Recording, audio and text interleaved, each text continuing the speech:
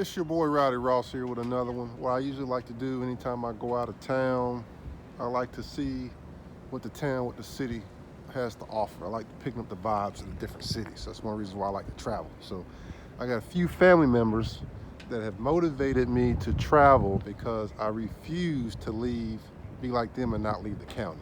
So I do have a few family members out there that have in their 20s, 30s, and never left their hometown county. So I don't want to be that way. So anytime I have the chance to travel, I travel. And this time we're in Memphis, Tennessee. I got going to do some auction business tomorrow, so I figured I'd do a little bit of sightseeing the day before the auction. And we're at the Lorraine Motel. For those of you who don't know, this is where Martin Luther King was assassinated, sadly. It's kind of an eerie place too, knowing that you're coming to a place where somebody was basically assassinated. Um, so I'm just trying to take it in.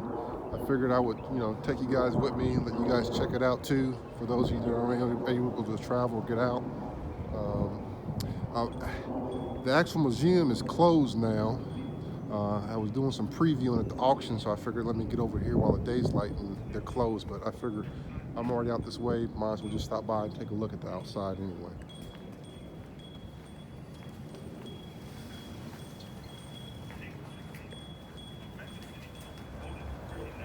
So yeah, this is very cool vibe. Memphis has kind of got like a unique vibe. You got Elvis Presley, you've got the music, you've got the barbecue, you've got the different areas of Memphis. You got some street racing going on here in Memphis. So Memphis is kind of like a unique melting pot.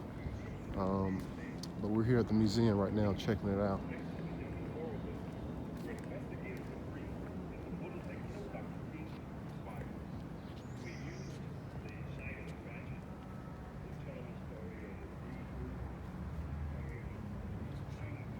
Like I got an old Dodge and an old Cadillac here.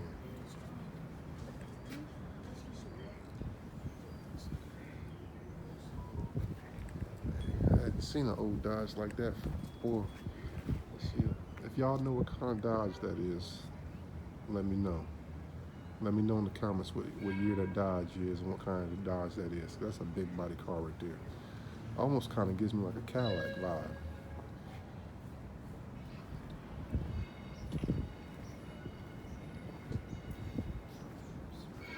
Dang, we coming up on it here. April. Yeah. Jeez, this is so sad.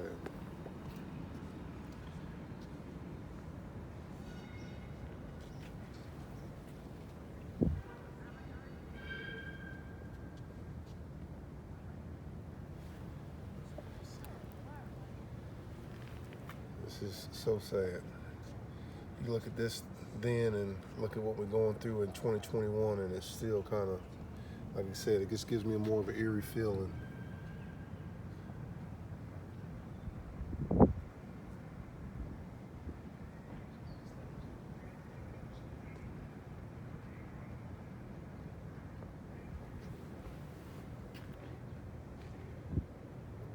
Very eerie feeling. Let's see what they're saying about the vintage cars in the parking lot.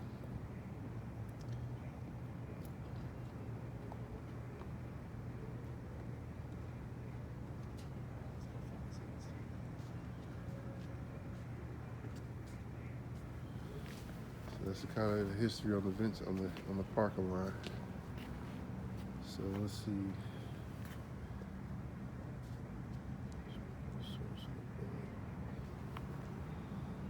So let me see where we at here. So here's the hotel here. He was in room 306. So he was in this room right here, right? So that's the room. And according to this picture right here, right? There's 306. We just saw the picture. So it looks like the shot came from somewhere in this direction right here. So that's another eerie feeling too, knowing that the shot that killed Martin Luther King came from this direction somewhere, and now that building is still up and somebody's using it for business use or condo use or living in it. That's kind of an eerie feeling too. knowing that you might be living in a spot that killed Martin Luther King. The bullet came out of this room and killed Martin Luther King. That's kind of an eerie feeling to me. Oh man, it's real sad. Very unfortunate. I always wondered what would have happened if he wasn't assassinated. But oh God, man, it just burns me up. So he's over there in this room, and the shot comes from somewhere over here.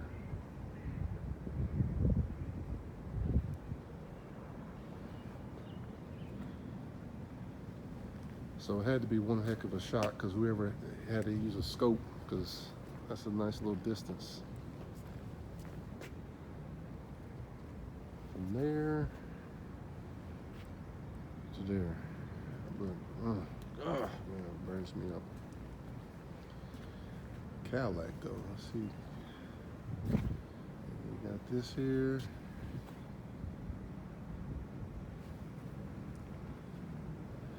It's kind of unique that they actually use this for a museum, which is oddly unique, and I actually like it. A way of teaching history, showing history. What I would call live history. Like, this event took place right here, like right where you're standing. I think that kind of holds a different weight. When you're talking about it and doing like a history class or something like that. Definitely unique.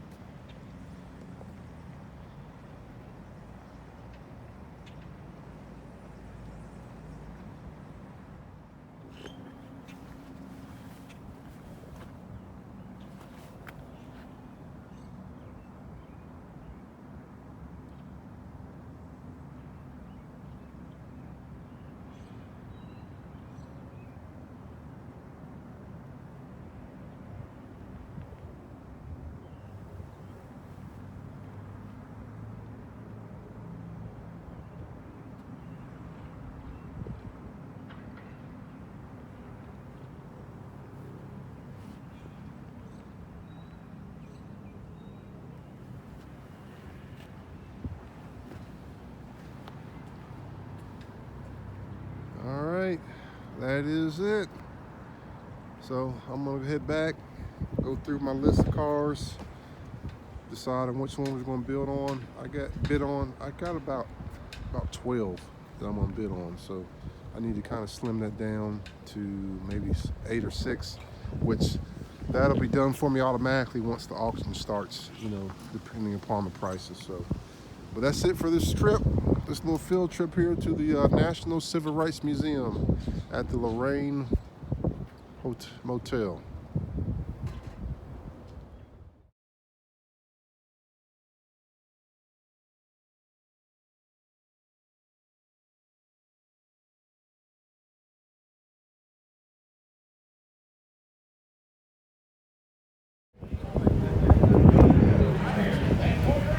Well, what I can say is they start on time, and it is packed.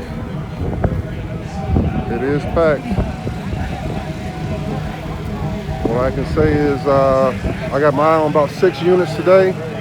I'm gonna have to be aggressive because of the crowd and people on the internet. But I'm gonna go ahead and be aggressive to get those units so we can make that money. But it's pretty packed in here.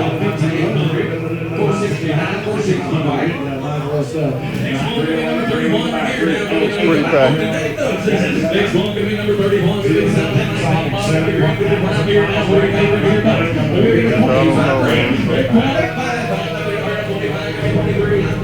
Miss breakfast. They got the lady out here serving breakfast. You in Memphis, so you gotta have some barbecue. You in Memphis, man. You just can't be going to Chick-fil-A and Chipotle and BK. You gotta do it big. You're in Memphis. You gotta do what they do in Memphis. So we probably gonna hit a barbecue spot around lunchtime after we finish up here. But yeah, they got a good layout, real good layout. Goes pretty deep.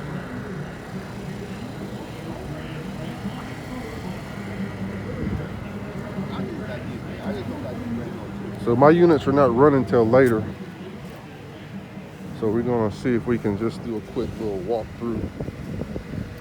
I should have took some more videos yesterday when I was doing my little testing them out and stuff. That's the problem. I could probably do a video on that, show y'all how I inspect them and go through it before I bid on them. Because you don't want to be buying them in the lane. That's a no-no. You don't know what's going on with it. You don't know how it drives. You don't know what codes is on. You don't know what pending codes is on. So when it's live in the lane, you can't do all that. But if you come the day before and you preview, or the day of, an hour before they start, and do it, then you should be able to preview as far as scanning them, checking them out a little bit. This particular auction has a test track, which is one of the reasons why I like it, because you can actually drive the vehicle, let it run, see if it's going to overheat, see if it's going to change gears, make sure it has reverse.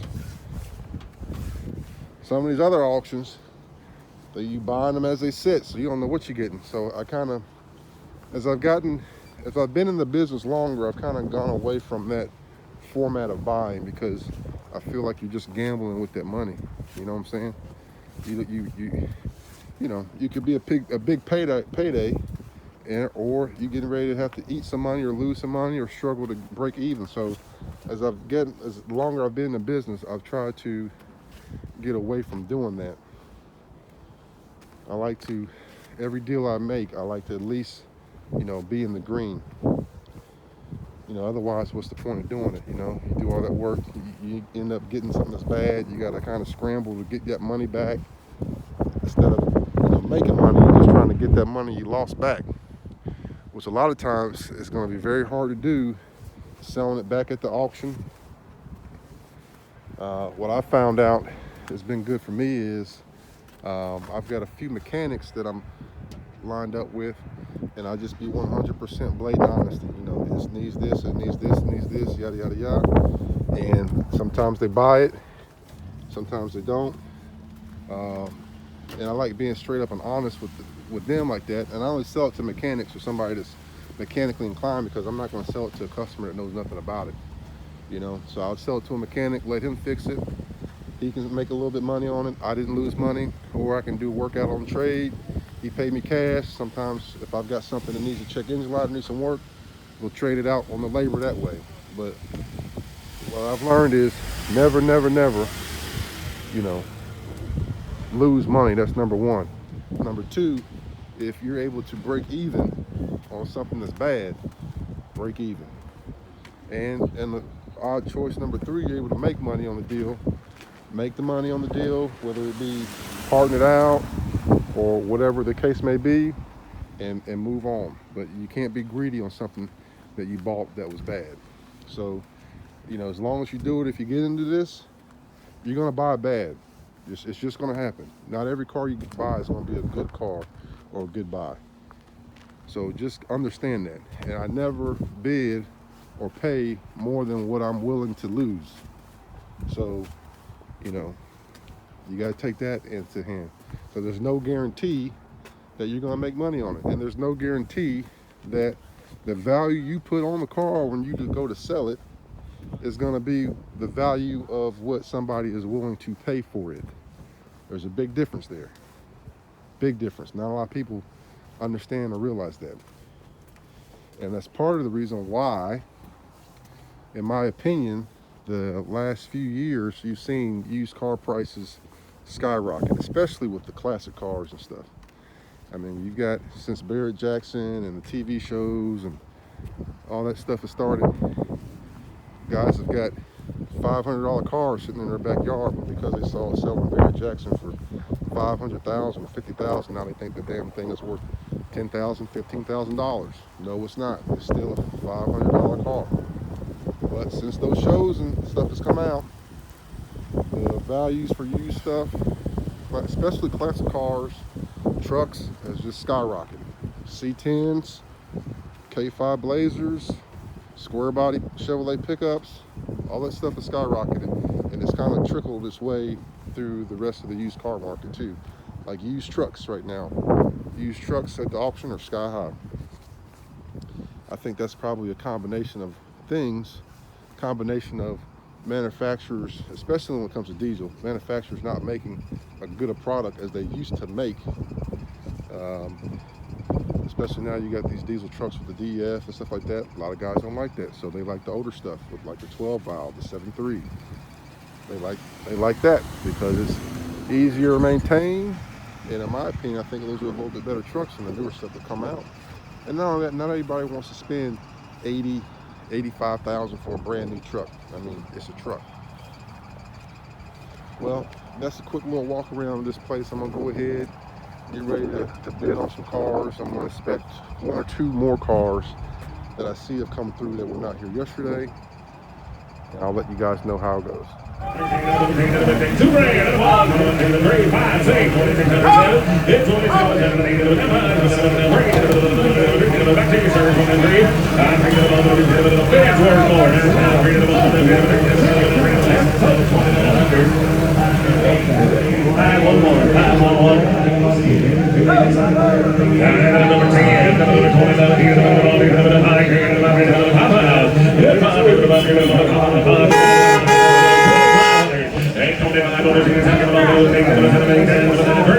Green lights on in that green house.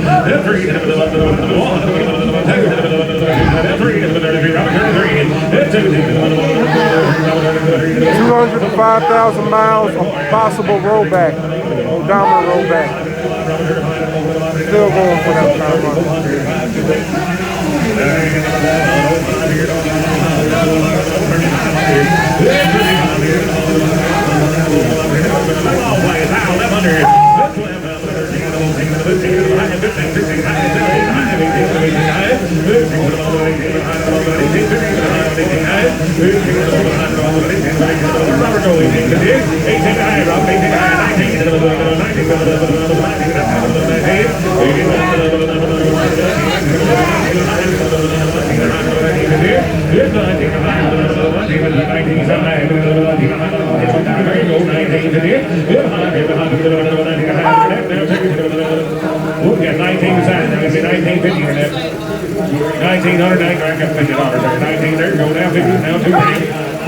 Now 21. They can do it.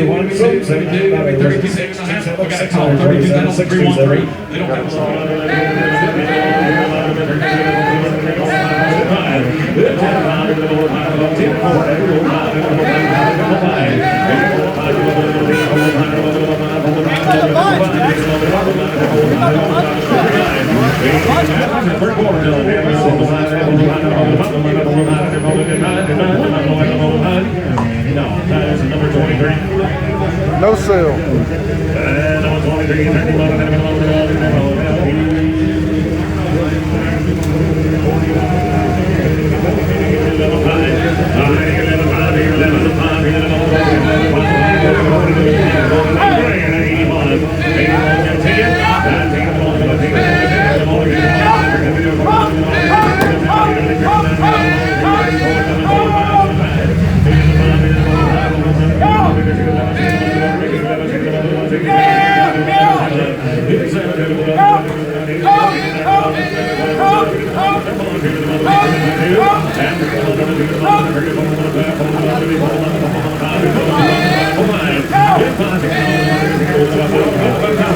Say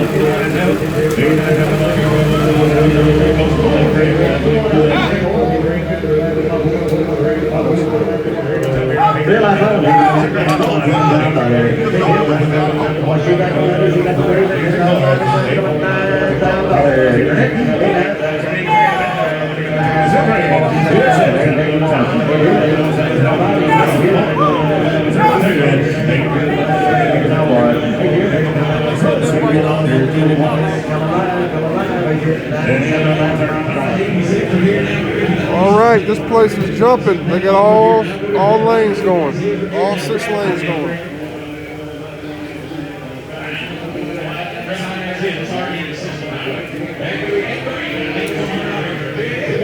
They're doing some business today.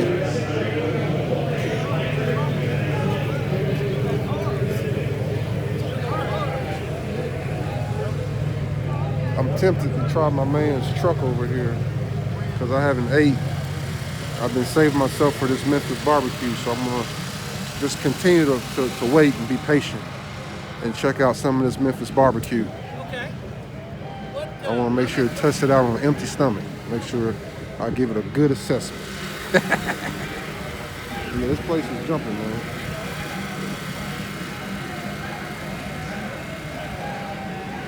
So this place moves some cars. They move from, let's see, that's one of the reasons why I came out here. I kept looking at the run list, looking up, saying they got 750, 615, 500, 800. So I said, they running 800 cars. I need to at least come check it out. So that's why we're here, checking it out. Has not been disappointing at all. But it has been interesting to see what these guys are paying for some of this stuff. Some of the stuff is selling above retail. So it's kind of like if you buying it at or above retail, what are you selling it for? And who is overpaying that much for the car? So I might need to go back to my books and reassess and increase some of my values when I go to sell something. Because when I see this at the auction, selling at retail or above retail, man, that means there's some more money being left on the table because they're selling, otherwise they wouldn't be buying, right? You guys let me know what you think in the comments. Car number 82. Little crew cab, it's clean. Didn't get down for the band, she's 7 to 1 guys in the crew cab. I get down for the band, get down for the band, get down for the band. 15 pounds, 15, 6, 15 pounds. Don't have this one on my list. Go ahead and ride it, drive it. Hold on, no, you sit still. We're saying ride it, drive it, that don't mean leave. Right, drive. Yeah, what again? I don't have any ideas, gotta get it in. Yeah, I don't mind it, down for the band, we got 7 grand, 6 grand. 5 here, 51. Hit 5 down, 51. Now you can roll 5 grand, 1, 2. Hit 51 now, 52, 53, 54, 55, 55, 600, 7, 58, 58, 9, 6 grand, 51, bid 1, 2, 16, 200, 3, 400, 64, 64, 5, 65, 6600, 65, 600, hit 700. Whoa, there's the time one. 65 was about 4 bid, 67, 8, now broke the die, 68. Down there. Hit 9 going to that. Now you say 69. Some down. Some down. Now 1. Hit 7 down, go down. But 1 bit, 1 bit, 2 bit, 2 bit, 2 bit, 3 bit, 73 down, 3 down, 3 down, 72 bit, 3 down, 4. 73 down, 4 down, 4. 5. 75, 5 bit, down. But 1 bit, 5 bit, 5 bit, 5 bit, 70, 600, 600, 600. We'll go slowly. 75, 600, 600, 600, 600, 75, 600, 600, 600, 75, 600, 5. So 7,500, bought it, number 16. None of these won't bidder.